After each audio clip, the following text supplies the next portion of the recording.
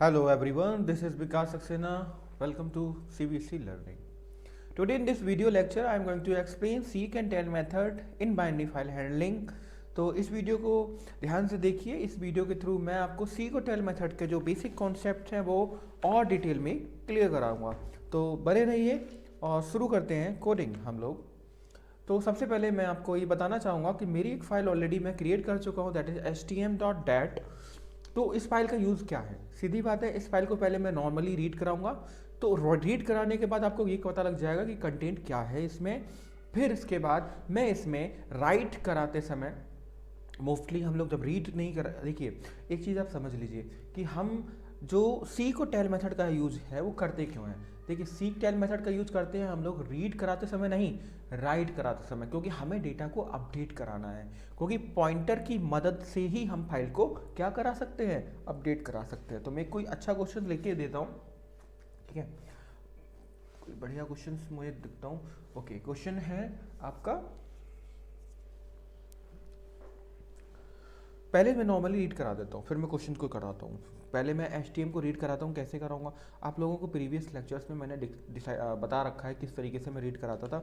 तो मैं एक नॉर्मल सा एक डिक्शनरी लिखाऊंगा। फिर मैं उसके बाद ओके मैं क्या करूँगा कि मैं फाउंड मेथड का यूज कराऊंगा। फाउंड वेरिएबल बनाया और फाउंड की वैल्यू मैंने फॉल्स लिख दी, क्योंकि मैं ये चाह रहा हूँ कि अगर मेरा कोई भी पर्टिकुलर डेटा जो मैं कंडीशन को रीड कराऊंगा वो मिलता नहीं है तो वो मेरा फाइल को क्लोज कर दे। अभी थोड़ा वेट करिए, मैं ऑलरेडी इसको डिक्लेयर कर बता चुका हूँ। जो पहली बार इस वीडियो को देख रहे हैं शायद उनको समझ में थोड़ा सा कम आए, नहीं तो आप लोग प्रीवियस वीडियो देख सकते हैं। अब बात करते हैं कि करना क्या है। देखिए फाइल को रीड कराने से पहले हमें वाइल का कंडीशन लगा दी।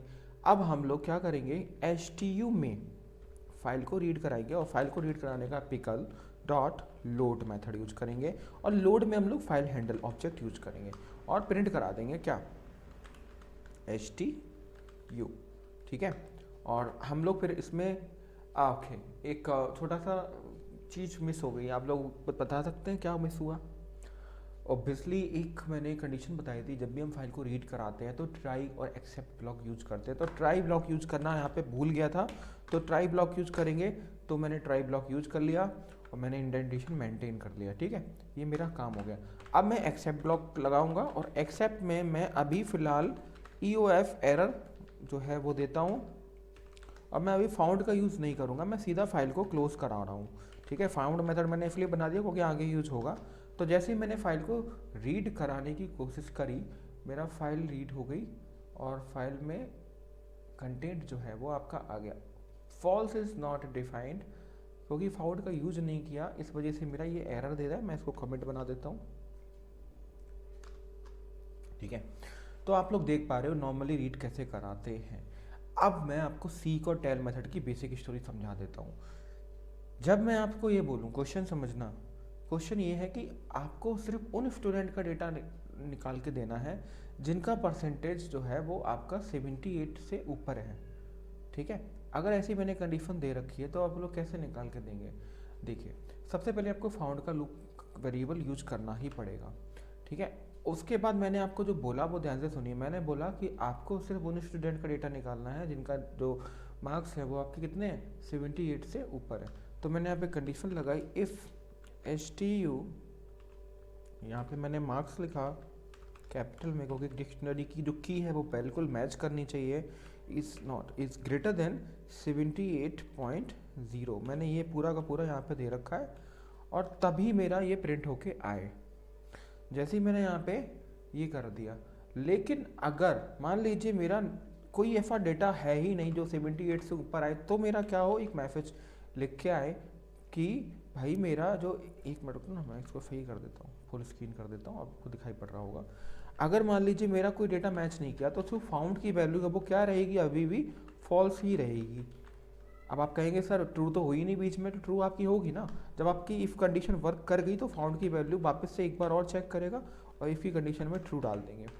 अगर ये ट्रू नहीं हुआ तो ऑब्वियसली फाउंड की वैल्यू परमानेंटली फॉल्स है और आप एक मैसेज प्रिंट करा सकते हैं कि भाई मेरा नो डेटा फाउंड, ये मैसेज आ जाए, ठीक है। अगर मान लीजिए मैच कर गया तो आप लोग क्या करेंगे, यहाँ पे सर्च सक्सेसफुल या फिर कुछ मैसेज कर देते हैं, सक्सेसफुली लिख देते हैं।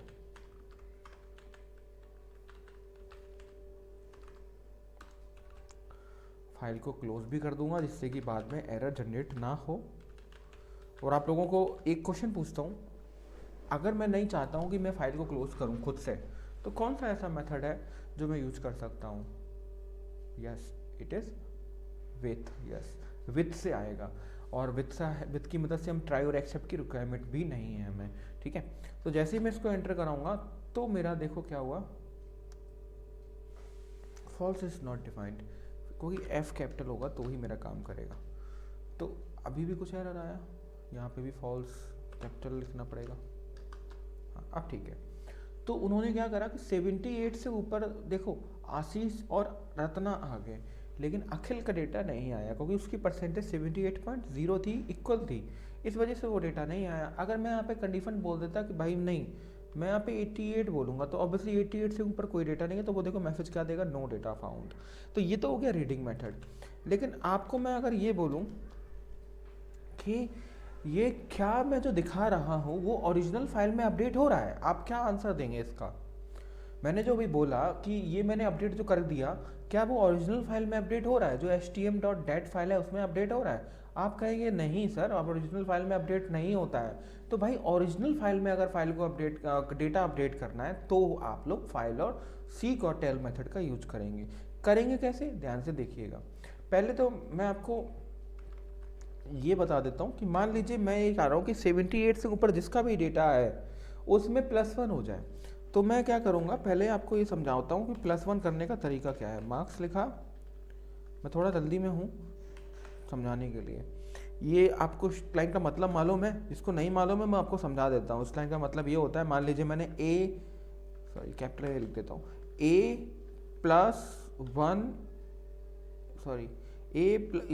ये मैंने अगर लिखा तो ये एग्जैक्टली मतलब पता है क्या होता है, a=a+1। तो ये समझ में आ रहा है ये मैंने क्या लिखा है? इसका मतलब है STUmarks=STUmarks+1। तो इससे क्या होगा, जो 78.8 है, 87.6 है, ये मेरा क्या हो जाएंगे? प्रिंट नहीं कराया क्या मैंने, शायद इस वजह से नहीं आया। ये मेरे क्या आ जाएंगे, 78 के 79 हो गया और 87 का क्या हो गया, 88.6 हो गया। मैं ये पूछ रहा था क्या ये डेटा मेरा ओरिजिनली अपडेट हो गया? ओरिजिनली अपडेट नहीं हुआ। क्यों? क्योंकि हमें मालूम है कि ये मेरा नॉर्मल बस रीडिंग का मेथड है, और रीडिंग मेथड में हम लोग राइट नहीं कर सकते। जब राइट करने की बारी आती तो हमें याद रखिए, जब रीड भी करना है राइट भी करना है, दोनों ही यूज करना है, तो आरबी मोड के साथ प्लस भी लगाना पड़ता है, ठीक है, रीड के साथ राइट मेथड। अब बात करेंगे कि हम लोग अपडेट करना चाहते हैं कि नहीं। अगर मैंने आरबी किया और मैंने अपडेट किया और मैं फाइल को रीड करना चाहता हूँ दोबारा से, तो मैं दोबारा फाइल को कॉपी करूँगा। मैं दिखाना चाह रहा हूँ कि आपके ओरिजिनल फाइल का जब कंटेंट रिकॉपी करते हैं, कॉपी किया, मैं नीचे नया फाइल पे गया, मैंने पेस्ट किया, फाइल प्रोग्राम आपने देखा, मैंने जो कंडीशंस हैं ये मैंने अभी हटा दी। मैं बस क्या करने वाला हूँ, फाइल को रीड करा के दिखाता हूँ कि आपको मालूम पड़ जाए क्या मेरा फाइल को अपडेट हो गया कुछ।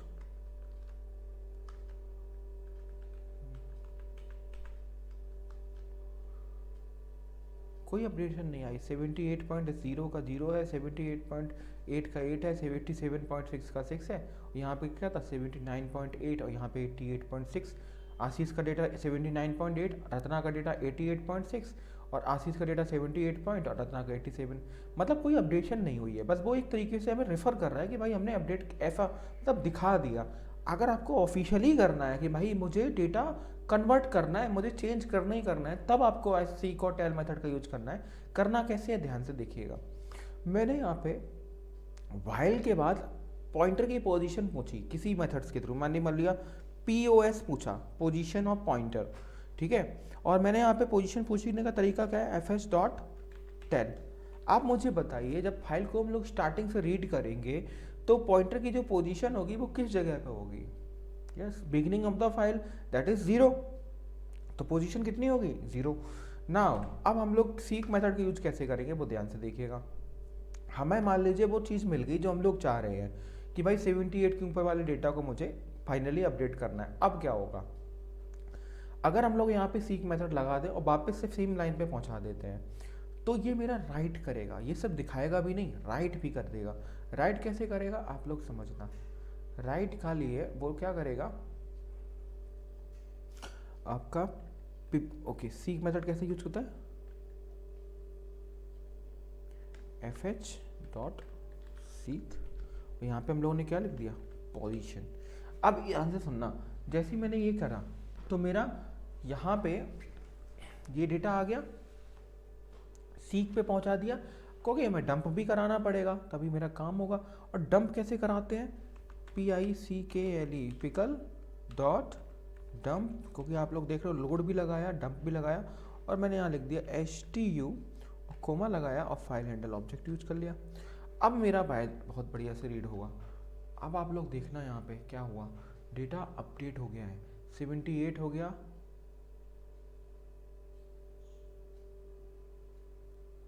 ये क्या है, अच्छा इसको देखना था मुझे, मैं पता नहीं कहाँ क्लिक कर दिया। हाँ इसको देखना, जैसे सक्सेसफुल हुआ, सक्सेसफुल हो गया, मैसेज भी आ गया, ठीक है, मतलब डेटा अपडेट भी हो गया है। अब हम चेक तो कर लें क्या मेरा डेटा अपडेट हुआ। पहले ही वाला रन ये दिखाई पड़ा 78 78 87 87, तो मेरे हिसाब से ये वाला डेटा और ये वाला डेटा फाइनली अपडेट हो गए हैं। ये ऑफिशियल फाइल जो है वो रीड कर रहा हूँ, अगर यहाँ पे डेटा आ गया इसका मतलब मेरा ऑफिशियली अपडेट हो गया है। एक बार और मैं इसको रन कराऊंगा तो +1 पे हो जाएगा। सक्सेसफुल का मैसेज आया मेरा, या सक्सेसफुल का मैसेज आया, अब मैं इसको फिर से रन कराऊंगा तो वो 80 पहुँच जाएगा। यस, इसका मतलब मेरी ओरिजिनल फाइल में डेटा अपडेट हो रहा है अब, ठीक है। तो सीक मेथड का यूज़ आप लोग इस तरीके से कर सकते हैं। ध्यान रहे सीक मेथड के बाद आपको डंप लगाना नहीं भूलना है, और 10 मेथड स्टार्टिंग की पोजीशन दे देगा पॉइंटर की। तो आई बिलीव आपको ये कॉन्सेप्ट समझ में आया होगा। थोड़ा सा मल्टीपल कॉन्सेप्ट थे तो ध्यान से इस वीडियो को देखिएगा, नहीं समझ में आया तो वीडियो 1 टाइम और देख लीजिएगा, आपको सीक और टेल मेथड के सारे कॉन्सेप्ट इसी वीडियो में मिल जाएंगे। इससे ऊपर क्वेश्चंस नहीं आते हैं सीक और टेल मेथड के, साथ में आपको बाइनरी के भी प्रोसेस क्लियर हो गई होगी। Thank you everyone, if you like this video do like, thank you.